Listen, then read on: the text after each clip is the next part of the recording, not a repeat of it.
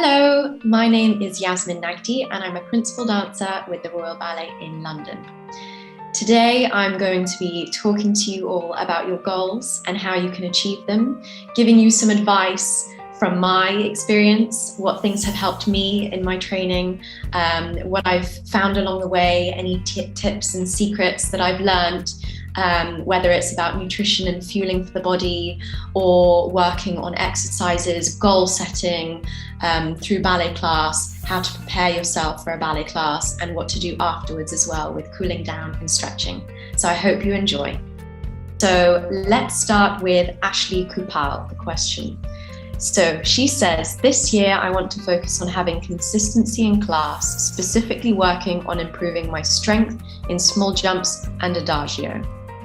I plan on achieving this goal by making it a routine to practice for 5 minutes every day after class. Very good. I also plan on spending a little bit more time warming up in the morning so I'm ready to dance as soon as class starts. Fantastic. So Ashley, you already know what to do, and this goal is a fantastic goal. It's really important to warm up properly at the start of every ballet class so that your body is switched on, your mind is switched on, and you're ready to absorb the corrections from your teachers and listen to your body whilst you're working. So that's a very good goal to have, to just give yourself that little extra time to prepare for the class ahead. So we've got two opposite things here. So the small jumps, you need to strengthen your footwork. That will help you with the speed and activation of the muscles in your feet, enabling you to get those nitty-gritty jumps much, much stronger. So things like metatarsal exercises, TheraBand exercises, and also important muscles to focus on for jumps are your glutes and your core. And being aware of your back as well. So when you do these small jumps, you don't allow the back to move too much. You need to imagine a rod by your spine, so you're really lengthened. And when you're working those jumps, focusing on the footwork, focusing on the core, so you don't have a jelly belly, you're really activated, and that will help you strengthen your whole body and then enable you to work on the small jumps. For adagio is often, we think of flexibility. So of course, flexibility is very important for good adagio. You must always stretch when you're warm, never stretch when you're cold. It's like if you imagine an elastic band and you're stretching it, when it's cold, it's likely to snap and you don't want to injure yourself. So make sure you're very, very warm and give yourself a few minutes after class when you've been jumping to do a proper stretch afterwards. The splits are very important, shouldering the leg is very important, ponches. So when you do things like that, use your hands to help you, use any TheraBands or elastics to help you, and then let go of them and try and maintain the height that you've achieved. And bit by bit, the repetition of doing this will help you maintain strength to have good adagio. So just the repetition, stretching and then letting go and trying to maintain it, holding good positions, that will help your adagio. So I hope those tips and tricks help you, Ashley, and wishing you all the best for 2022. From Davidlynn Abraham. She says, Happy New Year, everyone. One of my biggest goals is probably to become consistent and improve my technique. I also want to improve my pirouette and turn, as many as I can. Thank you, Prima. Okay, so thank you, Davidlynn, for that question. Consistency is key. Consistency will help you achieve anything. If you practice and you repeat and you work hard every day and you stay focused, you will achieve what you want. So that's a very good goal to have. So to focus on technique. Technique is such a broad spectrum, and it's basically having a real awareness of your body, awareness of yourself and how you're working. So placement is very important. And by that, I mean all your positions to be very clean, the activation of your footwork, the activation of your extensions in things like adage, overall strength. So technique really is your ballet class, your foundation. And I like to think of technique as the layers that you then build your house on top of. So if those layers are wobbly, your house is not going to be very strong. So building your technique is building those strong foundations to have a secure house, to have a secure dance quality on top.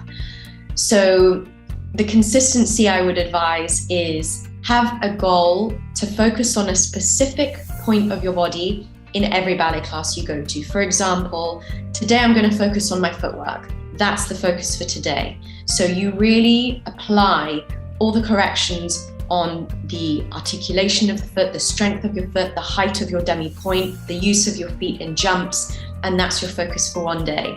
And then the next day can be the turnout. Okay, so you're really thinking of the glute activation, not holding your turnout from your feet on the floor, putting strain on your knees. You're really thinking of using that turnout from the top of the hip, and so on and so forth. So give yourself a goal that's focused on a part of your body every day, and by that you'll start layering and strengthening your technique.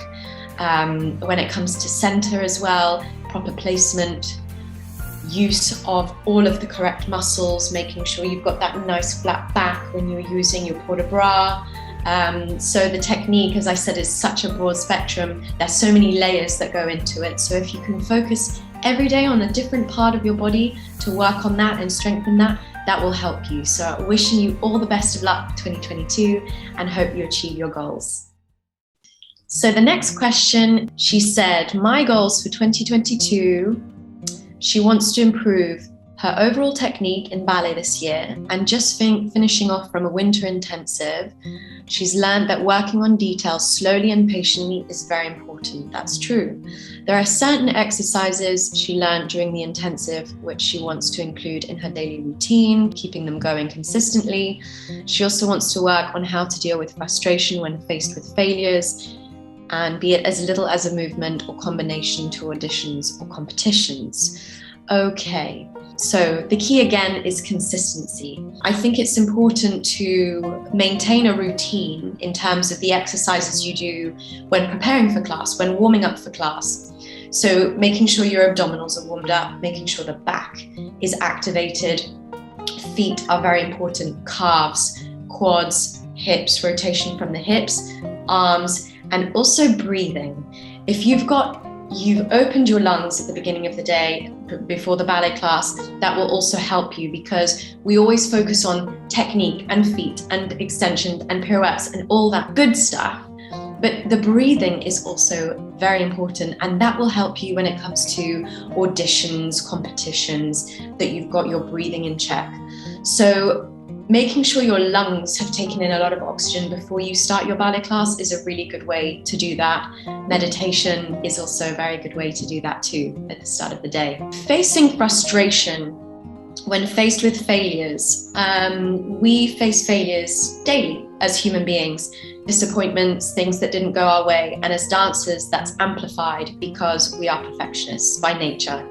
We hope for the best, we want the best, we want to achieve new goals every day, we want to become the best version of ourselves. And with that, we face failures because there might be a day where we feel we haven't achieved anything, that we're tired and our body's not cooperating. But you have to remember that you're not a robot, you are a human being. And you have to allow yourself those days where you feel a bit down and you feel like it hasn't gone your way. Because accepting that is being kind to yourself. And then your body responds in a more positive way. If you're just constantly beating yourself down, feeling like things are not going your way, it's a negative energy, and that's that downward spiral that you're going to go into. So just avoid that. Be kind to yourself. And if you feel like that day is not very good or didn't go the way you want it to, remember that tomorrow is a new day and you can start fresh with new goals, new energy towards what you want to achieve. You just need to remember to just take a deep breath, say, okay, that combination didn't go the way I wanted to. Let me try it again with a different approach. Or, okay, today my work didn't go the way I wanted it to. Tomorrow will be better. How can I improve from what I just did to approaching it tomorrow? And be your own teacher. That's a very good way to look at it as well. Take a step away from what you're doing and think, how could I have done that better? And do that for the next day going forwards. I hope you can achieve your goals in 2022 and wishing you all the best. Moving on to Hannah Saito's question. So, Happy New Year. This year, one of my biggest goals is to be able to be very consistent with all of my pirouettes. Wishing everyone a wonderful 2022. Okay, so pirouettes. Starting with your center, your core, your strength, and your balance. With pirouettes, it's about coordination, spot, and center. So your preparation is key to the start of the pirouettes. You want to have a good starting point. Have a little bit more weight on your front foot. If we're talking about an en dehors turn here from fourth, you want a little bit more weight on your front foot than on your back foot, because your back foot is the leg you're taking off into the retire for the turn. Then, whether your preparation is with a straight arm or a curved arm, you want to think a little bit of mouse and cat. So the mouse runs away, which is the first arm, and the cat catches up to the mouse as you go for that turn. You don't want to disturb the back too much in your pirouettes. You want to keep it really active. Think of the shoulder blades really bonded with the muscles in your back. So you don't want to move the back too much. You want to keep that completely secure, so that you know where your weight needs to be as you go into that turn. And this is a Cuban technique, is thinking about the back before you go into the turn. So it's like you're charging up, and then you go. So keeping the back really activated, the mouse and cat with the arms, the weight a little bit more on the front foot. And as you go into the turn, use the pressure of the back foot to pop and get to that position as soon as possible. Don't take too much time, because then your body has to adjust balance if you take too long to get that leg up to the knee. You want to get there as soon as possible. The first quarter, that knee has to be there, that foot has to be by the knee. And then the spot, again, is very important. So when you go into the turn, think, how many turns do you want to do? If you want to do 3, say it in your head. 1, 2, 3 with the spot, lift up at the end and finish. Don't anticipate the coming down. This is something I see a lot. You want to hold on to the turn and almost stay in the balance there, lift and then come down once you're ready. Another tip can help is don't think about coming down in one go. You want to lower slightly from the front foot and then the back foot. So it's in 1-2 movements, but very quickly done. So you do your 1, 2, 3, 1, 2. Thinking about that timing can sometimes help. So all of those things, it's like a checklist. And I like to think of a pilot before he takes off, he or she takes off before flying a plane, is in the cockpit, all of the switches turning on. So you want to think of all of those switches, weight on front leg, activate the back foot when you press off for the turn, mouse and cat with the arms, focusing on the spot, saying how many turns you want to do, lifting up at the end of the turn and securing it on the way down. So I hope that pilot checklist can help you with the turns, and wishing you all the best to achieve your goals in 2022, Hannah. Okay, moving on to Esme Noronha. I hope I said that right. So she says, Happy New Year, Happy New Year. Hello, everyone. My goal for this year is to do more ballet classes, learn and work on my technique overall, work on my flexibility, as my right side flexibility is better than my left side. I love to dance contemporary, so I always put on the music every day and dance to understand music. I want to learn more dance forms. Thank you. Okay, so it's very good, Esme, that you already know that your right side is better than your left side. So to know your weaknesses is a strength. With any weak side, it's all about the practice and the repetition, to do those positive affirmations to your body, to repeat those positive messages of, I will get my left side as strong as my right side. And it's like with pirouettes as well. We all practice many to our good side, but you also need to practice the bad side, but not call it the bad side. You call it your other side. So that's just kind of the affirmations you give to your mind, that it's just the other side. It's not necessarily good and bad. So repeat, stretch a little bit longer on the left side, do a little bit more strengthening on that left side so that you can get it as good as your right side. And it's fantastic that you love other dance forms as well. I think it's really good to be an overall rounded dancer, that you're not just focusing on one dance style. I think that makes you versatile. And when you do auditions for companies, they look for that versatility in a dancer. So it's great to do things like contemporary and jazz and tap and modern, as well as your classical ballet. So if you've got the time to do that, then I think it's really fantastic, and it will give your classical dancing a more well-rounded feeling, because you've tapped into those different styles of dance, worked on different muscles, etc. So I think that's a really good goal. I think music is incredible. Music, it gives you inspiration, and if you put it on at the start of the day, finding different pieces of music, it can set the tone for your day. And I'm very sensitive to music as well. I love listening to music, and if you can create a nice playlist whilst you're warming up for your ballet class, I think that's really good to give you that push, that drive to achieving the goals you want to set for yourself that day. So I wish you all the best of luck with the flexibility and the other dance styles, Esme. Next is from Emily Coe. She says, "Happy New Year, everyone. For this year, I want to achieve these goals. Number 1, working hard. For me, I really want to focus on my dancing, and I want to become an even better dancer this year. Number 2 is happiness. This may look weird, but in this society, we often do not have time for a break because of many work commitments we have to do. This year for me, or if you want to, I really want to have a more positive mindset and smile more often, because life is tough, but we are stronger. For this, I hope everyone had a great new year, and let's start 2022 with a healthy and happy mind and body. Love you all, Emily Coe." Lovely. Thank you, Emily, for those lovely messages to your fellow Prima Club members. Working hard, of course. This is every day. Even top ballerinas in the world, that's a goal for us, is working hard. And by working hard, you will achieve what you want to achieve, because you're putting in the time and effort, and you're passionate about what you want to achieve. So of course, working hard is important. I think setting yourself goals daily will help with this. So going into a ballet class and thinking, okay, today, what do I want to focus on? What do I want to improve? So setting yourself little goals to achieve bit by bit will help you. And when you start feeling like you're achieving those goals you're setting, it gives you that happy mindset that you also want to achieve, is feeling proud of yourself, that you've put in the work and that you're starting to achieve the goals that you've set for yourself. So that will go hand in hand with your happiness. And happiness is so important. It's not about the appearance of happiness, it's that inner happiness, that you're proud of yourself, proud of the work that you've put in.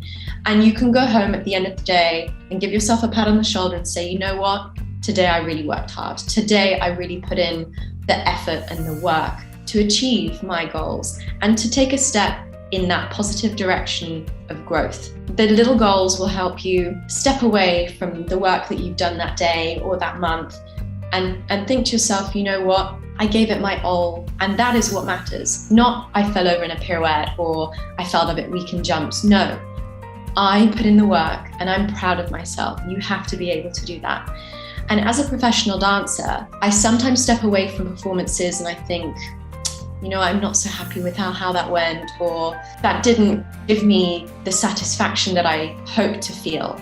But again, we're human and we have different moments in the year where we feel good, we feel weaker, we feel tired, we feel sad. And of course, that all goes with mood and hormones. So you have to be sensitive to that. It's important, especially in my case, to go, you know what, you stepped in at short notice and you should be proud of yourself that you gave a good overall show, that you performed for the audience and you helped the audience be moved and allow an escape from their everyday life, and that they got enjoyment for it as well. That's a really great thing to have done. So just to give you that example, when you do your performances and maybe you think, oh, that didn't go so well, or it might have gone very well, and that you can look at yourself in the mirror and think, you know what, I deserve a pat on the shoulder because I put in the hard work and I'm happy with what I've done. So just keep that close to you. As dancers, we're all very hypercritical of ourselves, but it's important at times to be kind and say that you did a good job. So stay positive, and wishing you the best for 2022, Emily.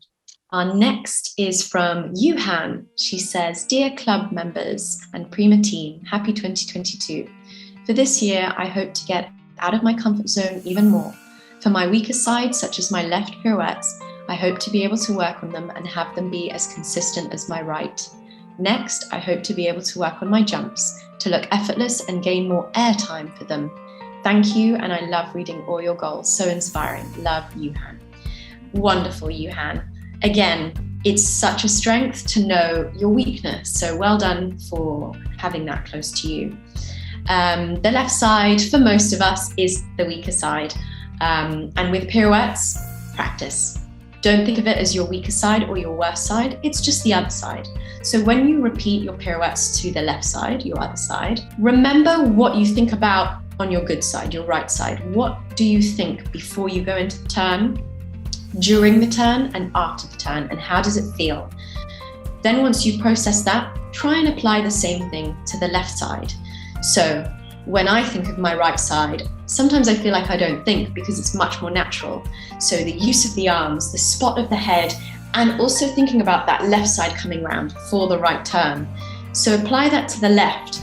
Go in with the same amount of strength, the same amount of spotting, focus, core stability, back strength, use of the arms, use of the spot, and just repeat until you start to feel comfortable, and also count your turns as well. 1, 2, down, or 1, 2, 3, down.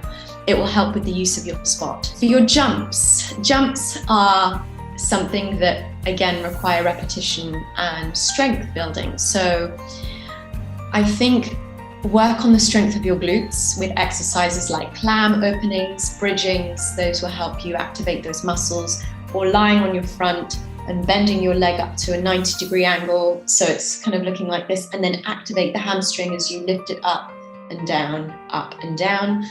So work on the muscles that will help you with your jumps. Also the footwork will help you with your jumps. Gaining more airtime is that ballon that we all strive for. And the breath in your jumps will help you with that as well. So thinking about breathing in, lifting like you're a hot air balloon, or try breathing out on the jump as well. It's a different technique. You can try it, see which one you prefer. Thinking of breathing out on your jump or breathing in on your jump, and see what gives you more power. It really changes for a lot of people. When I was working on the Sugar Plum Fairy, and there are those gugliards, I had a coach that said, breathe out on the gugliards. So you breathe in on the preparation and you breathe out. And sometimes that breathing helps get the oxygen through to the muscles that you need when you're jumping. And also the activation of the core stability. It's like a punch in the stomach. When you go for a jump, you kind of brace yourself. So that breathing out gives you that bracing feeling. So give it a go, see if it works for you. And just imagery helps a lot with jumps. So if you go home or you want to think about this before you start your ballet class, plug in some music, imagine you're jumping, and imagine you jumping really high and staying there. It's like those dreams that you have where you just do a million pirouettes, or you're jumping really, really high and you're sustaining it. That visualization and imagery will help you with that positive affirmation through the body with your focus. So try the imagery, try imagining your jumps with a lot of airtime, a lot of ballon, and hopefully the repetition of that will help you with your jumps. Wishing you all the best, Yuhan. The advice I give to the younger generation who feel like they might be a little bit lost or unable to find their passion or goal would be to think about things that you feel are weaker, or that you look at another dancer and you think, wow, that dancer has this that's so lovely, or that. And not to compare yourself. That's very important. You must never compare yourself because everyone is so different. But to step away and think, you know what, I really admire that. I think that's really great, and I'd love to apply that to my own dancing. So think of it in a positive way. To understand the way your body works, to understand where you might have certain elements of your dancing that you think, that's not so good, or my right turns are better than my left. Immediately acknowledging that is a really great starting place. And I'd say start by setting yourself little goals every day in your ballet class. What do you want to focus on today? What needs work? What have you seen from another dancer that you would love to apply to your own dancing?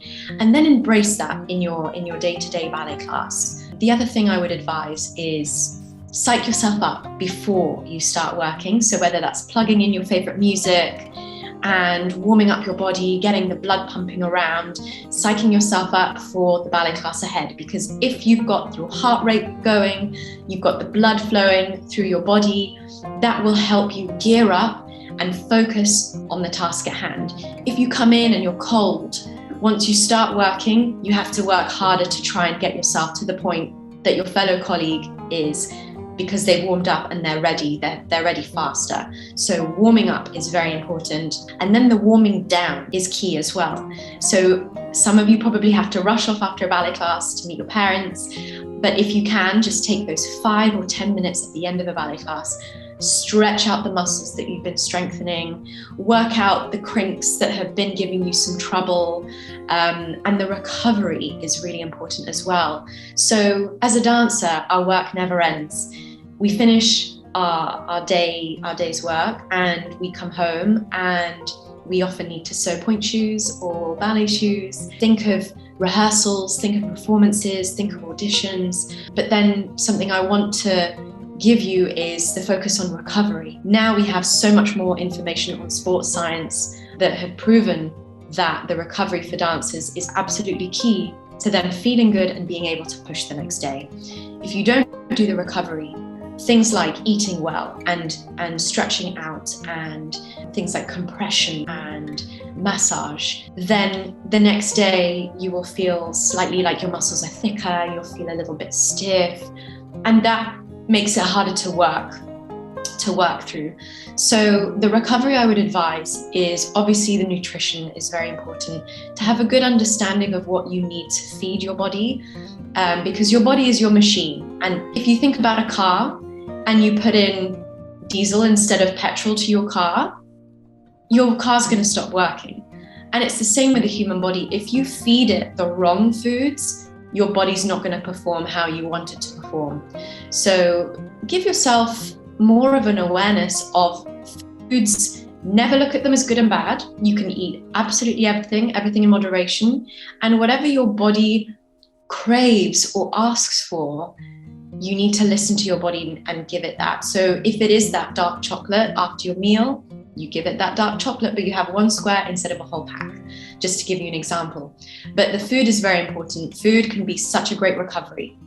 So you have high protein that allows your muscles to recover and recuperate, but it can only be absorbed with carbohydrates. So often we think meat, or if you're not a meat eater, plant-based, pulses, beans, nuts, seeds, all of that good stuff, soya, that have it with carbohydrates so that your body can absorb it better.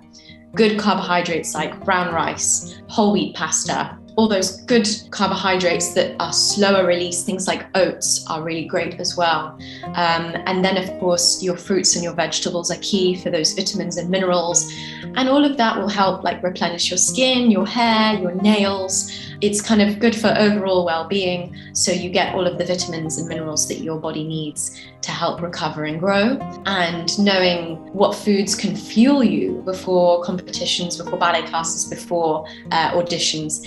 Things like a bagel with peanut butter and banana, some cinnamon on top. That is a really good power meal before you go for an audition or competition, and it doesn't bloat. And then another meal I would advise is things like porridge oats with either normal milk or almond milk.